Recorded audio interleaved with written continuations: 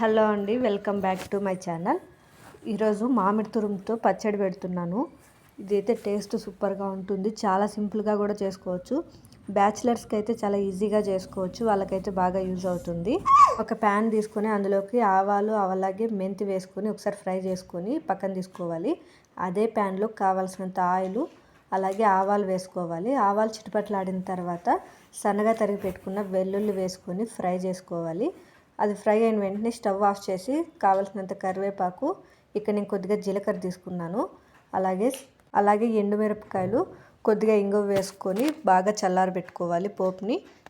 పోపు అనేది బాగా చల్లారే వరకు తురుముని రెడీ చేసుకోవాలి. దానికోసం ఒక మామిడికాయ తీసుకొని పైన తొటమి కట్ చేసుకొని బాగా తురుముకోవాలి. మామిడి తురుము తీసుకునేసి ఒక గిన్నెలోకి, తేమ లేని గిన్నెలోకి తీసుకోవాలి. ఇందులోకి రుచికి తగినంత ఉప్పు, అలాగే రుచికి తగినంత కారం, కొద్దిగా పసుపు, ముందుగా వేయించి చల్లారబెట్టుకుని పొడి చేసుకున్న మెంతి ఆవాల పొడి వేసుకోవాలి. ఆవాలు మెంతి పొడి కావాలంటే వేసుకోవచ్చు, లేదంటే స్కిప్ చేసుకోవచ్చు.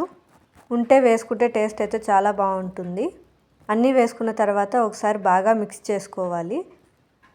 బాగా చల్లారిన పోపును తీసుకొని ఈ పచ్చళ్ళలోకి వేసుకొని బాగా మిక్స్ చేసుకోవాలి.